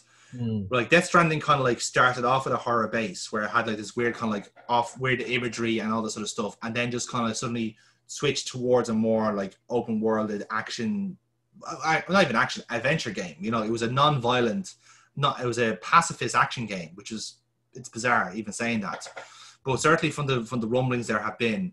He's talking to like Junji Ito. He's talking to Guillermo del Toro. They're Oh, all they're all oh, trying to oh, collaborate and oh. they're Just by, collaborating over what is going to be a very like traditional horror game, yeah, and just by that's going to be those fast. names alone, I'm just like, holy crap! Yeah, Instantly with this Juji is it. Ito, like it's his like manga is like unbelievably freaky, and then you have Yeah, this is it. Like so, like Del Toro, it's just gonna be like, whoa, this is gonna be a visual, just like I want to say mm, masterclass. Like it's literally getting three very talented people at what they do, and just yeah. collaborating on a horror related project. It's just like whoa, like But mind it's blown. also three different interpretations of horror as well. Yes, Because Ito, as you said, has that kind of like weird, like the not to say a gorish kind of thing, but a very like it's like a terror. You know, he's yeah, very good at terror. And Del Toro kind of makes stuff that's very unsettling or like anxiety inducing. Kojima fucks people's heads up. He gets in people's heads. He goes like, "Oh, you can't do anything with Psychomantis. Like you can't kill him. You can't do it. You know, or whatever it is." And or like I said, he basically spent like the last act of a game fucking with the player's mind in particular. You know, so like, like he can do that. That's what he's very good at. like You that know. combo, like that combo alone is just like, oh shit. Like for anyone that Mm, knows all three of those people, it's just like shit. I want yeah. to see this project. Like I want to see or play or whatever. Like whatever way they decide to go with. Because you Mm. could. Realistically, like you could apply that to a video game or a movie or a book. It's you've multiple angles that you can approach it from. Absolutely. Like again, because like you have a new generation of consoles, new generation of tech. What can you do with that? Like you have a new console coming out. What can you do with a PlayStation 5? What can you do with like virtual reality, for example? That's what's all ahead of him in a sense. What can you see from what can you make out of that? 'Cause, I mean, like imagine it. You could have Yuji Ito's uh like his knack for terror and Mm. ideas for creepy terror filled imagery with Guillermo's I can't pronounce his first name. Uh, Guillermo del Toro. Guillermo del Toro, like his knack for visually Expressing it. expressiveness of, because he's very good at doing dark and visually like impressive and horrifying imagery in the Yeah. process. But then you also have the mind of like Hideo Kojima, like with storytelling. So like goddamn, like if that doesn't fucking get you like hyped up for something, Jesus, I don't know what will. Because that's the great thing, because Kojima knows how the player thinks. You see, it is one really great skill he has. He knows how like people will behave when playing his games. So he'll play on that as he's doing it. That's what made PT so effective, because you know that people were just going to keep going through like the same fucking corridor and waiting for something else to happen. You know, because that was the whole theme of it. It was like it was insanity. You know, like it was repetition. Just keep going on and on and on. Purgatory, hell, all this shit. So like he knows how they behave. He knows how they function. So once you have like a game, if you have a full like length version of that game with the same principles, you're onto a fucking winner there, really. Just a matter of implementing it. Yeah. Obviously, like as we go to a close, so now it is definitely like a franchise that would be recommended to anyone to play, like whether you're a gamer or not. Like if you're not a gamer, at least like read up about it or watch someone that plays it, like just to get the story and better take in the visuals of this game and try to have an appreciation for what this has done for gaming as a whole. Yeah. But if you are a gamer, please play them, because they are like I want to say an onslaught of different uh, different capabilities, as well as how do I describe it? Like, it's certainly taxing, because there's some boss battles that are just outright puzzles that you have to solve, and by and large that's how he does most of his boss battles. You have to figure out how to beat him and then do it, you know. And they're not necessarily hard things to do. It's just that you have to find a solution to it. There's very few that you can brute force your way through. And in a way, like it's kind of like a half Zelda principle, where it's always it's the most recent item you've acquired that precedes you in the next level. It's a bit like that, but sometimes it's like the thing you might have acquired 3 hours ago that you never found a use for. Oh, suddenly that's what this thing is going to go with, you know? Like cigarettes. Yeah, cigarettes. Or in the worst one was in Metal Gear 2 in Solid Snake, where you have like this room that's acid all over the floor, and if you step on it, you die. You get dissolved. So how do you do it? Well, you need something basic to neutralize the acid. What's the most basic thing you have? A ration that contains chocolate. Yep. By the way, chocolate isn't basic. Just to let you know, lads. It's not actually basic. He's confused that with milk chocolate. So like that was a puzzle, was to figure out like what can I put on this acid to clear it up, basically. Yeah. Bizarre. But yeah, like it is definitely a franchise like that is just highly recommended. Like we actually haven't like taken the piss out of it. We haven't like, yes, we've talked about the parodies, but like other than that, like we actually haven't taken the piss out of the franchise in general, because it is so good. And it takes a piss out of itself as well. Yeah, like let's be fair, like the jokes are there, but like it's not something that you can like overly like criticize in terms of like, all right, then I'm just ripping the piss out of this all the time. Like you actually are engrossed in it, regardless how what level of a fan you are of it. Yeah. No, but like I do, like I enjoy it. I recommend it. I know Jonathan certainly recommends it on various levels, yes. As evidenced by his knowledge. But like, if you've enjoyed this, like, please let us know. Please let us know your thoughts. Do you have your own theories about it? Do you know what do you think about Kojima going forward? But until then, should him and Junji Ito be stopped for their own good? You never know. Please let us know, but because we don't know. No, nobody knows. That's the scary part. Not even them themselves. But if you like this, hearing what we had to say, please like, share, subscribe.